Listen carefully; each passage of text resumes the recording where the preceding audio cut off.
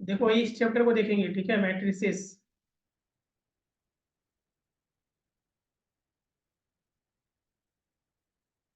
बताओ, ऑडिबल है?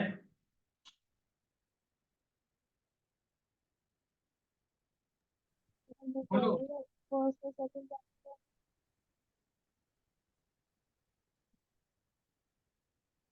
ऑडिबल है ना? हेलो?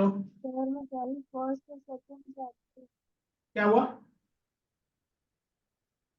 फर्स्ट और सेकंड चैप्टर। जोर से बोलो जी, आवाज नहीं आ रहा है। सर फर्स्ट और सेकंड चैप्टर है। नहीं नहीं, डायरेक्ट इससे देखेंगे, ठीक है। चैप्टर 3। ठीक है, धीरे धीरे उस सब चैप्टर मोदी ने पे भी नहीं आएंगे। कराया। क्या हुआ?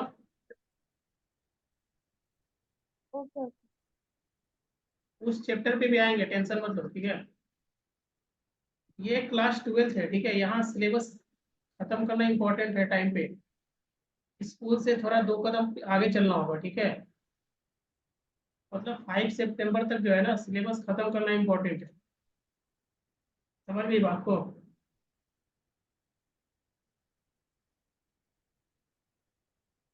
हमारा जो स्कूल में चल रहा है वो भी चलेगा, ठीक है। और इसको भी ये उससे भी जो है ना, चैप्टर डिसाइड करके जो है ना, खत्म करना इंपॉर्टेंट है। स्टार्टिंग हम लोग मैट्रिसेस से ही करेंगे। Matrices and determinant. Matrices and determinant. है समझ में?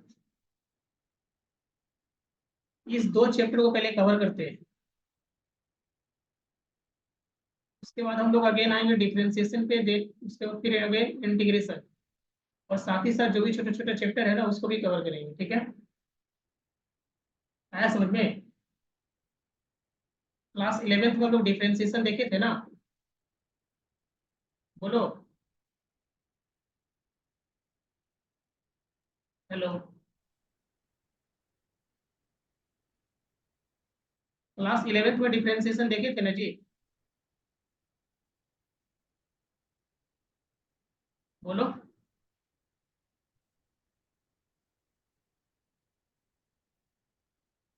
डिफरेंशिएशन, इंटीग्रेशन, इस 2 चैप्टर को ना हमेशा टारगेट करके चलना है। क्योंकि लेंदी टॉपिक है, लेंदी लेंदी चैप्टर है, इसका टॉपिक भी लेंदी है, ठीक है। तो ये 2 टॉपिक हमारा चलता हुआ रहेगा। इसके पैरेलल में जो है ना, सारे चैप्टर को खत्म करेंगे।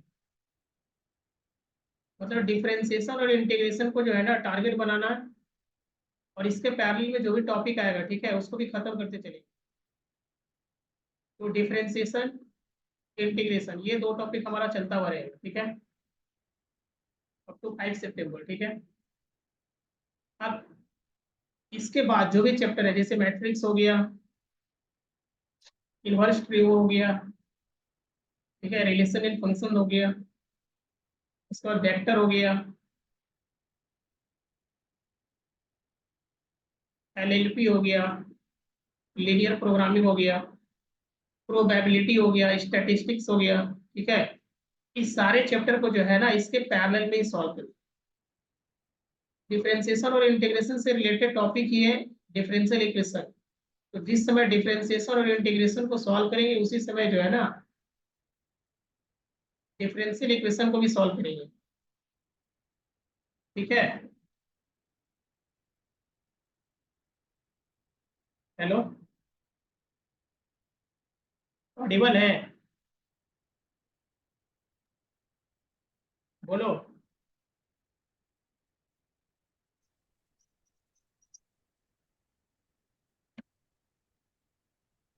ऑडिबल है ना जी?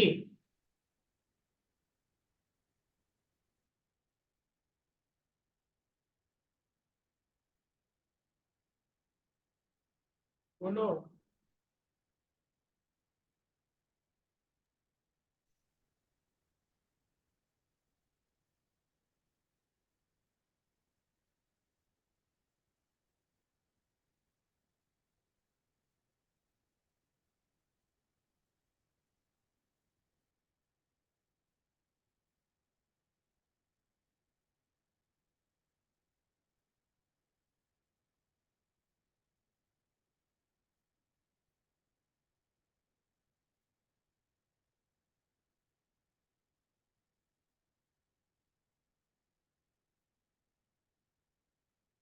हेलो, बोलो, ऑडिबल है?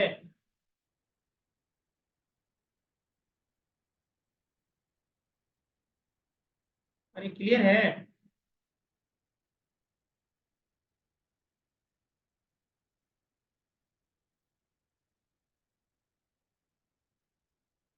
क्लियर है?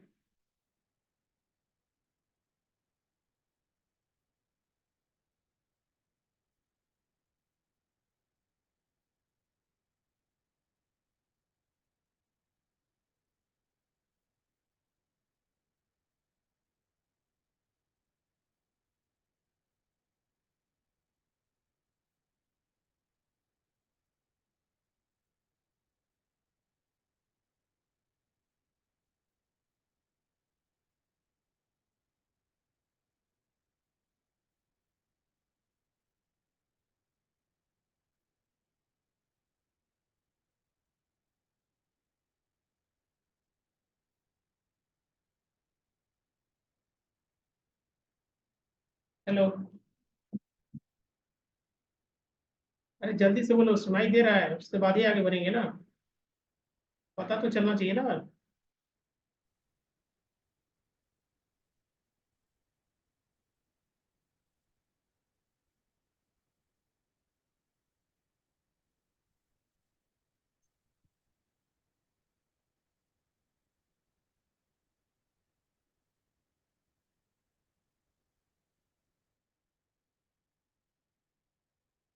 ठीक है, देखो, ध्यान से सुनो।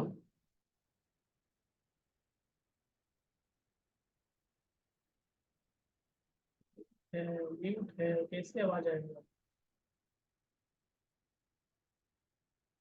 म्यूट है।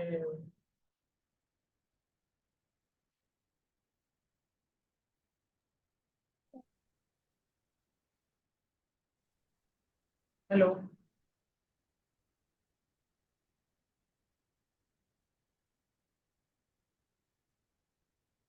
बोलो।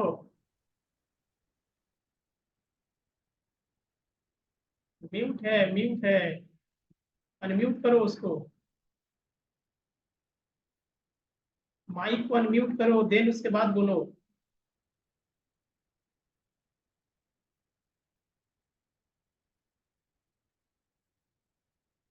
अनम्यूट करो।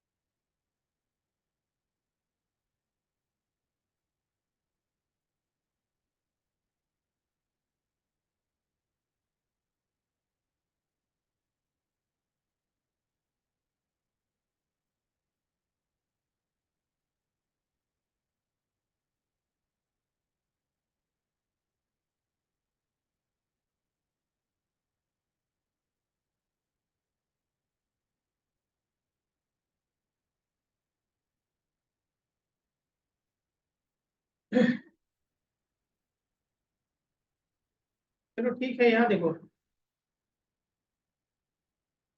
देखो मैट्रिक्स, सबसे पहले डिफरेंस देखो, ठीक है? मैट्रिक्स और डिटर्मिनेंट में क्या डिफरेंस है? तो मैट्रिक्स, मैट्रिक्स का जो है ना, या मैट्रिसेस का जो है ना, मेनली यूज अरेंजमेंट के लिए किया जाता है, ठीक है? अरेंजमेंट के लिए। डिटर्मिनेंट, इसका जो हम लोग यूज करते हैं,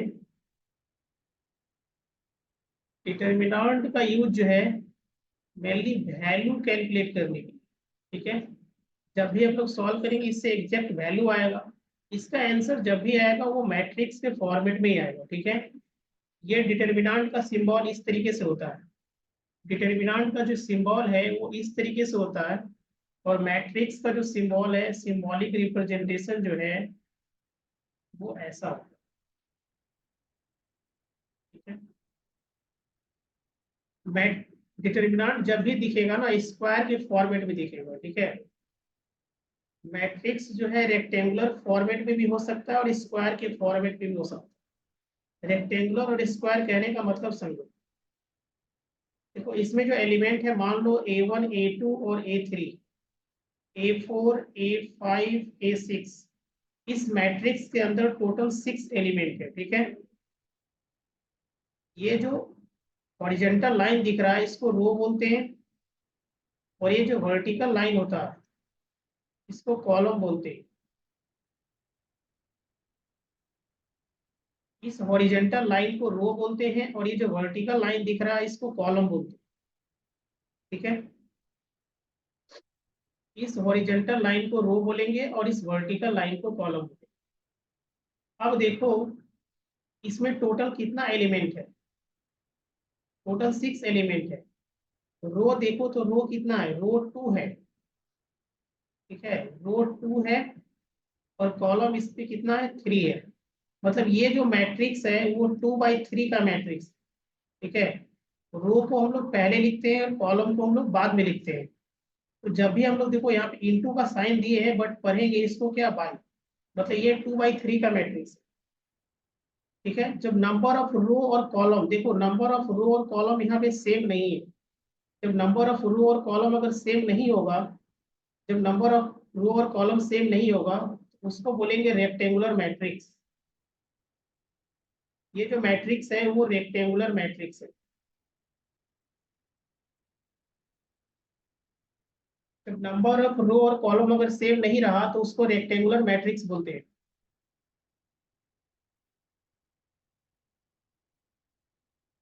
याद रखना है। और नंबर ऑफ रो और कॉलम अगर सेम रहा, नंबर ऑफ रो और कॉलम अगर सेम रहा, उसको स्क्वायर मैट्रिक्स बोलेंगे। नंबर ऑफ रो और कॉलम अगर सेम रहा तो उसको क्या बोलेंगे, स्क्वायर मैट्रिक्स बोलेंगे। ठीक है, फॉर एग्जाम्पल यहाँ देखो, एक मैट्रिक्स बनाते हैं।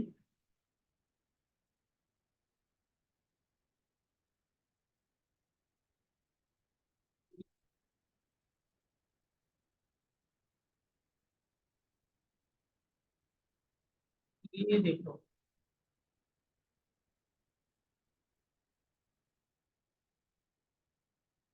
चलो A1 A2 A3 A4 A5 A6 A7 A8 A9। इसमें देखो रो कितना, टोटल 3 रो है। रो 1, रो 2 एंड रो 3। कॉलम कितना, C1 C2 एंड C3।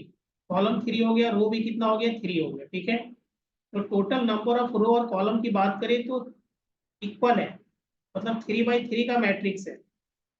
ये जो मैट्रिक्स है वो 3/3 का मैट्रिक्स है। ठीक है, ये मैट्रिक्स 3/3 का मैट्रिक्स हो गया।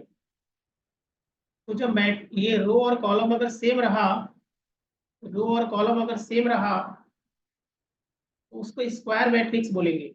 यहाँ 2 एग्जांपल लिए हैं, जिसमें से ये स्क्वायर मैट्रिक्स का एग्जांपल है। ये जो एग्जांपल है वो स्क्वायर मैट्रिक्स का, और ये रेक्टेंगुलर मैट्रिक्स का। तो बस याद रखना है, जो ये ध्यान से देखो। मैट अभी डिफरेंस हम लोग देख रहे हैं कि मैट्रिक्स और डिटरमिनेंट में क्या डिफरेंस है। ठीक है, तो मैट्रिक्स क्या देखिए कि रेक्टेंगुलर फॉर्मेट में भी हो सकता है और स्क्वायर के फॉर्मेट में भी हो सकता है। पर डिटरमिनेंट हमेशा जो है जब भी दिखेगा स्क्वायर के फॉर्मेट में ही दिखेगा। कहने का मतलब ये है उसमें रो और कॉलम हमेशा क्या रहेगा, सेम रहेगा। ठीक है, रो और कॉलम हमेशा सेम रहेगा, मतलब इस फॉर्मेट में दिखेगा। डिटरमिनेंट हमेशा स्क्वायर के फॉर्मेट में दिखेगा, नंबर ऑफ रो और कॉलम सेम रहेगा। बट मैट्रिक्स जो है स्क्वायर भी हो सकता है और रेक्टेंगुलर फॉर्मेट में भी हो सकता है। तो ये एक मेजर डिफरेंस है मैट्रिसेस और डिटरमिनेंट के बीच में। ठीक है, डिटरमिनेंट मैट्रिसेस का यूज हम लोग अरेंजमेंट के लिए करते हैं, ठीक है, ताकि किस रो और किस कॉलम में कितना हमारा बुक प्रेजेंट है, मतलब ढूंढने में आसानी हो। ठीक है, मान लो तुमको अगर लाइब्रेरी में भेजा जाए और तुमको पहले से आइडिया हो कि सेकेंड रो का थर्ड कॉलम में जाना है, वहां पे मैथमेटिक्स का बुक मिल जाए। ठीक है, मैथमेटिक्स में भी किसका, आर डी शर्मा का बुक मिल जाए, या आर एस अग्रवाल या केसी सिन्हा, जो भी बुक हमको ढूंढना है अगर वहां पे प्रेजेंट होगा मिल जाए। और अगर ऐसे रैंडम अगर भेज दिया जाए तो क्या होगा ना, मतलब हमको सारे रो और कॉलम को ना चेक करना होगा। ठीक है, और उसमें सारे एलिमेंट को चेक करना होगा कि किस रो और किस कॉलम में वो बुक प्रेजेंट है ना।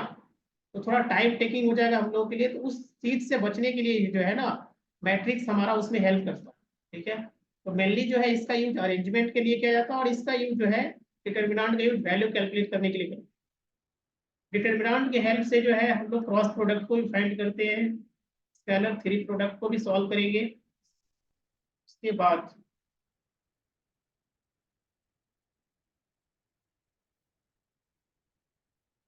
एक तो ये हो गया, और इसमें हम लोग जो है ना एरिया डिटर्मिनेंट की हेल्प से एरिया भी कैलकुलेट करेंगे। अब मेनली मैट्रिसेस के बारे में डिस्कस करते हैं कि प्रॉब्लम तुमको यहाँ पे किस टाइप का मिलेगा और इसमें पढ़ना क्या क्या है। ठीक है,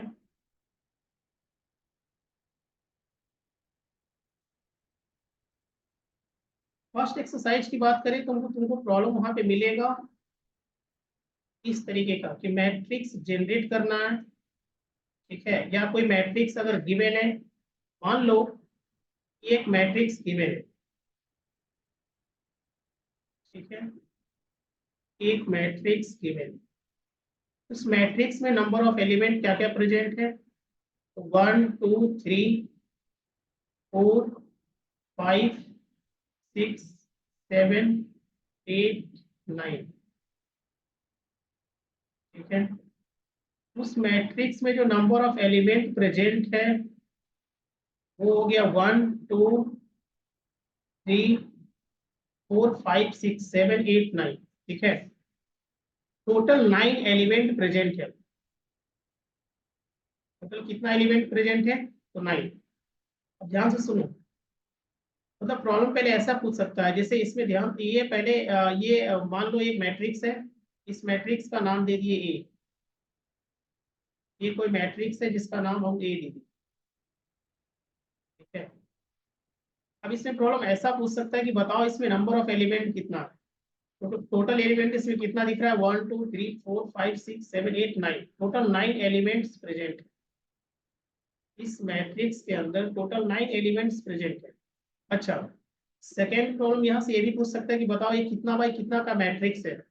तो देखो, रो कितना है, R1 R2 R3, इसमें कॉलम कितना है, तो C1 C2 एंड C3। ठीक है, तो नंबर ऑफ एलिमेंट्स की अगर बात करें, नंबर ऑफ एलिमेंट्स की अगर बात करें, एक तो ये 3 बाई 3 का मैट्रिक्स है। ठीक है, ये भी पूछ सकता है कि बताओ ये कितना बाई कितना का मैट्रिक्स है, ये 3 बाई 3 का मैट्रिक्स है। ठीक है, एक प्रॉब्लम तो ऐसा बना कि बताओ इसमें नंबर ऑफ एलिमेंट्स कितना प्रेजेंट है, तो टोटल 9 एलिमेंट्स प्रेजेंट है। बताओ ये कितना बाई कितना का मैट्रिक्स है, तो ये 3 बाई 3 का मैट्रिक्स है। एक एग्जांपल और लेते हैं, 8 - 6 2 4, और यहाँ एक एग्जांपल और लेते हैं, 4 3 2 1 2। ठीक है, ये देखो तो ये 2 बाई 2 का मैट्रिक्स है। ये कितना बाई कितना का मैट्रिक्स है, रो इसमें कितना है, रो 2 है और कॉलम 3 है, मतलब 2 बाई 3 का मैट्रिक्स है। ये 2 बाई 2 का मैट्रिक्स हो गया और ये 3 बाई 3 का मैट्रिक्स हो गया। ठीक है, तो ये 2 बाई 2 का मैट्रिक्स हो गया और ये 3 बाई 3 का मैट्रिक्स हो गया। मतलब अगर प्रॉब्लम अगर पूछे कि बताओ कि ये फर्स्ट एग्जांपल मैट्रिक्स ए कितना बाई कितना का है, तो 3 बाई 3 का है। मैट्रिक्स बी कितना बाई कितना का मैट्रिक्स है, 2 बाई 2 का मैट्रिक्स है। एंड मैट्रिक्स सी कितना बाई कितना का है, तो 2 बाई 3 का है। ठीक है, फर्स्ट सबसे पहले हम लोग रो को लिखते हैं, बाद में कॉलम को लिखते हैं। ये 2 बाई 3 का मैट्रिक्स हो गया, ये 2 बाई 2 का मैट्रिक्स हो गया, और ये 3 बाई 3 का मैट्रिक्स। ठीक है, नंबर ऑफ एलिमेंट्स की अगर बात करें तो बताओ इसमें कितना एलिमेंट्स प्रेजेंट है। चैट बॉक्स में लिख कर भेजो, बताओ इसमें कितना एलिमेंट्स प्रेजेंट है, जल्दी से बताओ। इसमें नंबर ऑफ एलिमेंट्स कितना प्रेजेंट है, लिखो। और इसमें बताओ नंबर ऑफ एलिमेंट्स कितना प्रेजेंट है, कितना बाई कितना का मैट्रिक्स है ये तो बता दिए। ये बताओ इसमें नंबर ऑफ एलिमेंट्स कितना प्रेजेंट है और इसमें नंबर ऑफ एलिमेंट्स कितना प्रेजेंट है।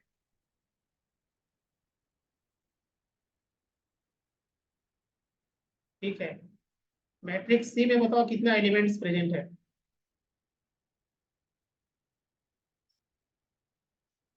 मैट्रिक्स सी,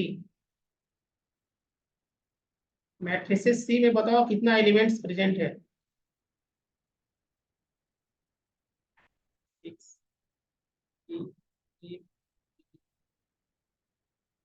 टोटल 6 एलिमेंट्स। ठीक है, चलो ठीक है।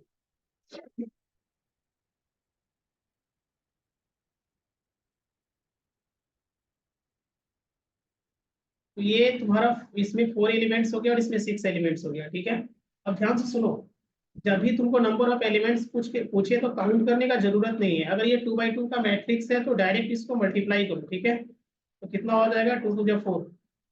ये 3 by 3 का ये 2 by 3 का मैट्रिक्स है, डायरेक्ट जो है ना ऑर्डर को मल्टीप्लाई करो, 2 3 जा 6। देखो नंबर ऑफ एलिमेंट्स निकल गया। ठीक है, इसमें नंबर ऑफ एलिमेंट्स 6 हो गया और इसमें नंबर ऑफ एलिमेंट्स कितना हो गया, 4 हो गया। ठीक है, तो ये तो देखो प्रॉब्लम ऐसे, यहाँ से कैसा कैसा प्रॉब्लम बना कि मैट्रिक्स ऑलरेडी गिवन होगा, तुमको बताना होगा कि कितना बाई कितना का मैट्रिक्स है। फर्स्ट क्वेश्चन तो ये बना। सेकंड तुमको ये बताना होगा कि बताओ इसमें कितना नंबर ऑफ एलिमेंट्स कितना प्रेजेंट है। ठीक है, अब देखो थर्ड प्रॉब्लम कैसा बनेगा। ठीक है, सोच कर बताएगी। एक प्रॉब्लम हम बताते हैं, मान लो कोई मैट्रिक्स है। ठीक है, मान लो कोई मैट्रिक्स ऐसा है जिसमें number of elements already known है, 16 एलिमेंट्स है। ठीक है, इसमें नंबर ऑफ एलिमेंट्स कितना है, तो टोटल 16। तुमको बताना ये है कि क्या क्या पॉसिबिलिटी हो सकता है ऑर्डर का, क्या क्या बन सकता है, मतलब कितना बाई कितना का मैट्रिक्स जो है ना पॉसिबिलिटी है बनने का। कितना बाई कितना का मैट्रिक्स जो है पॉसिबिलिटी है बनने का। एक तो ये हो सकता है कि ध्यान से सुनो, मैट्रिक्स हमारा ऐसा भी बन सकता है कि केवल एक ही रो दिखे, रो केवल सिंगल एक ही रो दिखे। ठीक है, बट उसमें कॉलम कितना दिखे, C1 C2 C3 dot dot dot up to कितना 16, मतलब 16 हमारा कॉलम दिख सकता है।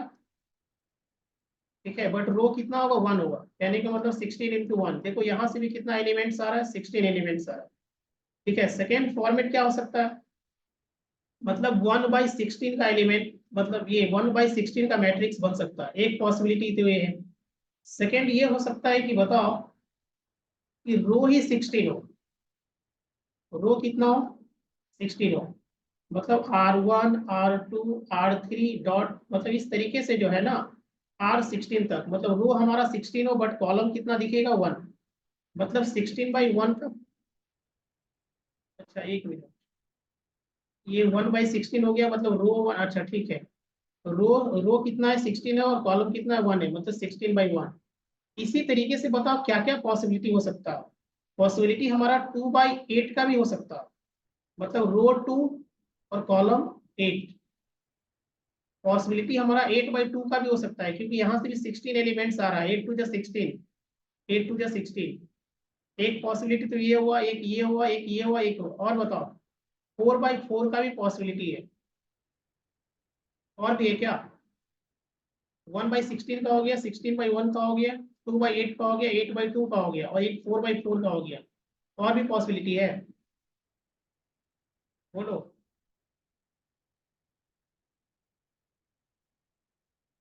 और भी पॉसिबिलिटी है क्या, 1/16 का हुआ, यहाँ से 16 आ गया, 16/1 का हो गया, 2/8 का हो गया, 8/2 का हो गया, 4/4 का हो गया।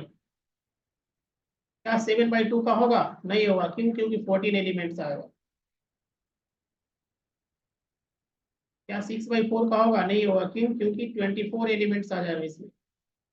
ठीक है, तो टोटल पॉसिबिलिटी क्या बना, 1 2 3 4 और 5, टोटल 5 पॉसिबिलिटी है जब हमारा नंबर ऑफ एलिमेंट्स कितना हो, 16 हो।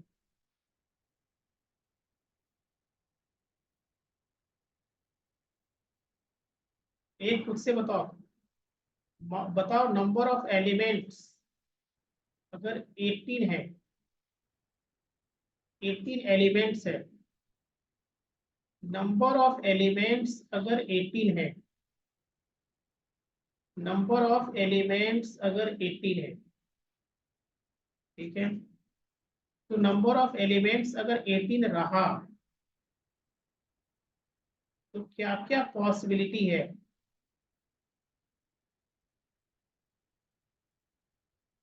ऑर्डर का, कितना बाई क्या क्या, कितना बाई कितना का मैट्रिक्स जो है बन सकता है, और कितना बन सकता है ये भी बताओ।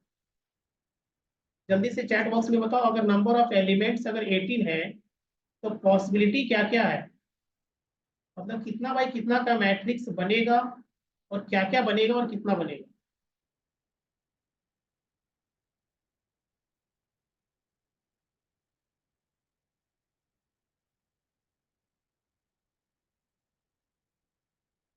नंबर ऑफ एलिमेंट्स 18 है,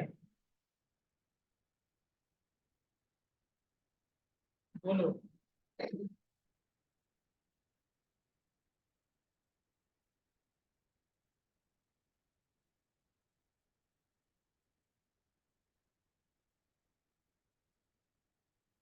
जल्दी से बोलो, कितना पॉसिबिलिटी है बनने का, टाइम मत लो। अरे जैसे 16 एलिमेंट था तो टोटल 5 पॉसिबिलिटी था, जल्दी से बोलो ना। 16/1 का बना था, 1/16 का बना था, 2/8 का, 8/2 का, 4/4 का,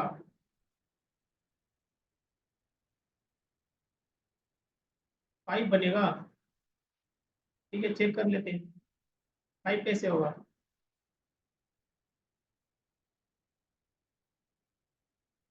अगर 18 एलिमेंट्स है, 18 आना भी चाहिए।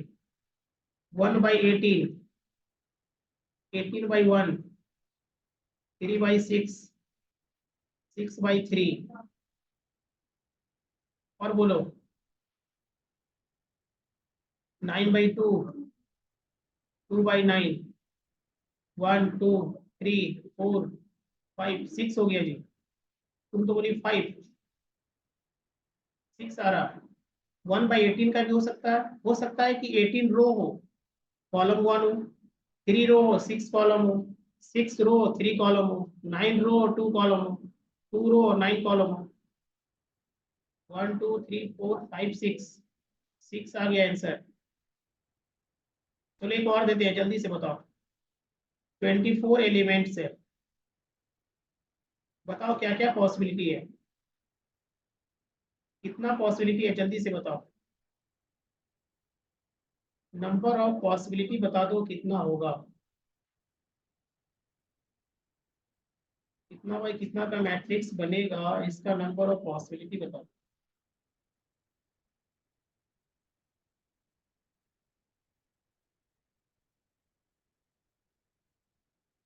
बोलो जल्दी से बोलो।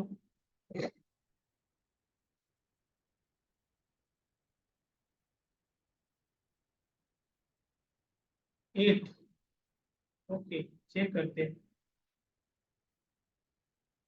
मतलब 24 एलिमेंट्स आना चाहिए, ठीक है।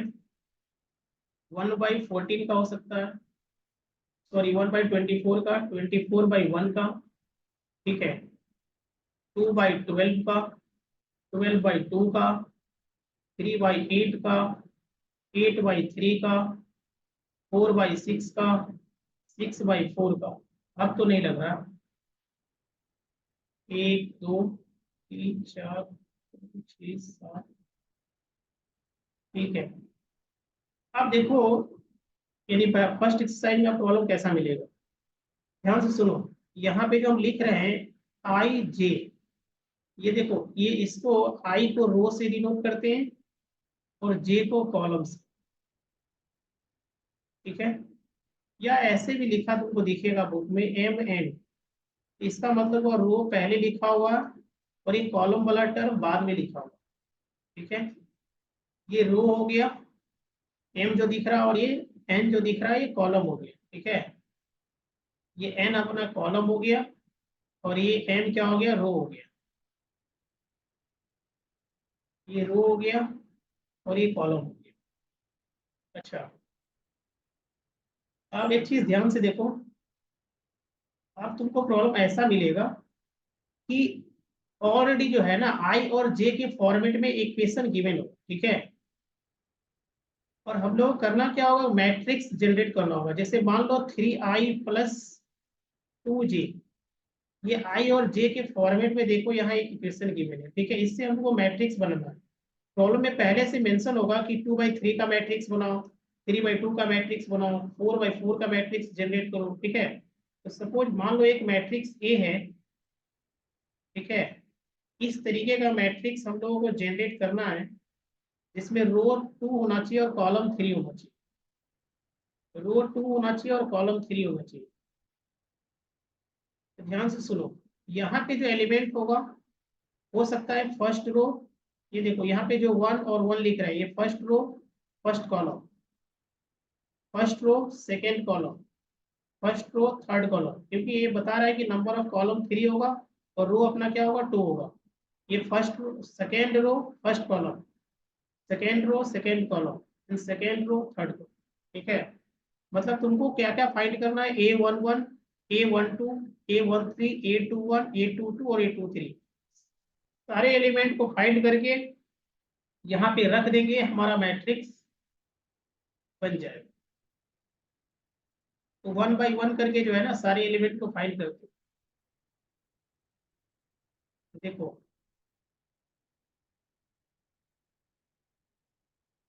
ये देखो A11 पहले कैलकुलेट करते हो, यहाँ A11 का मतलब हुआ आई का वैल्यू 1 है और जे का वैल्यू 1 है। तो जो आई दिख रहा है ना वहां पे 1 रखो, 3 into 1 plus 2 into 1, 3 into 1, 3 plus 2 into 1 कितना आ गया, 5।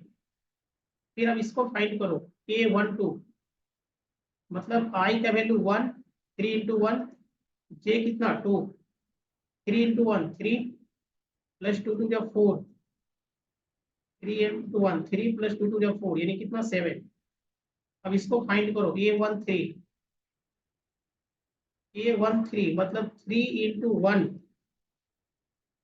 जे का वैल्यू कितना 3 यानी 3 टू 6 प्लस 3 इंटू 1, 6 प्लस 3 कितना 9, ये 3 टू 6 प्लस 3 कितना 9। अब जो है ना 2 1 को फाइंड करो, A21 मतलब 3 इंटू 2 प्लस कितना 2 इंटू 1, 3 टू 6 प्लस 2 इंटू 1 कितना 2 यानी 6 plus 2 8, 3 two 6 plus 2 into 1 2, 6 plus 2 8,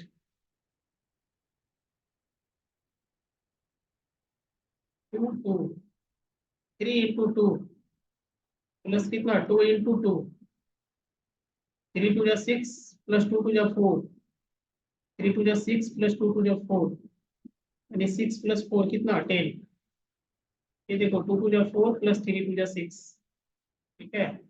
इस तरीके से A21 आ गया, A22 कैलकुलेट कर लो, यहाँ पे A22 कैलकुलेट कर लो, जे का वैल्यू भी 2 है और ये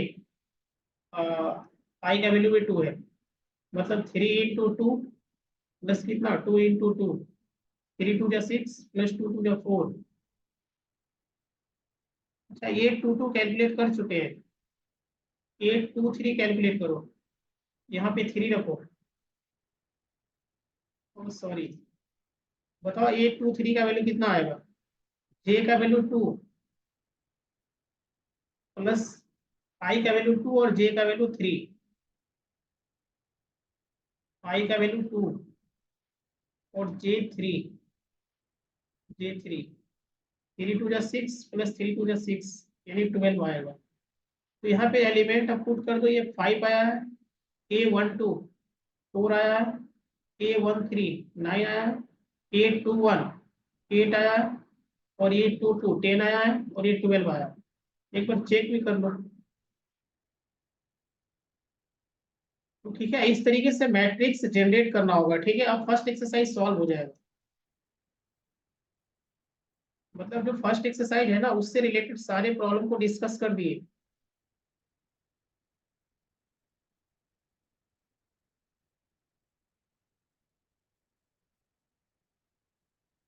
हेलो, फर्स्ट एक्सरसाइज बन जाएगा जी। ये देखो, उससे रिलेटेड सारे प्रॉब्लम को डिस्कस कर दिए। यहाँ देखो मैट्रिक्स जनरेट करना है, ठीक है। बन जाएगा, नहीं बनेगा तो कल डिस्कस कर लेंगे। ओके।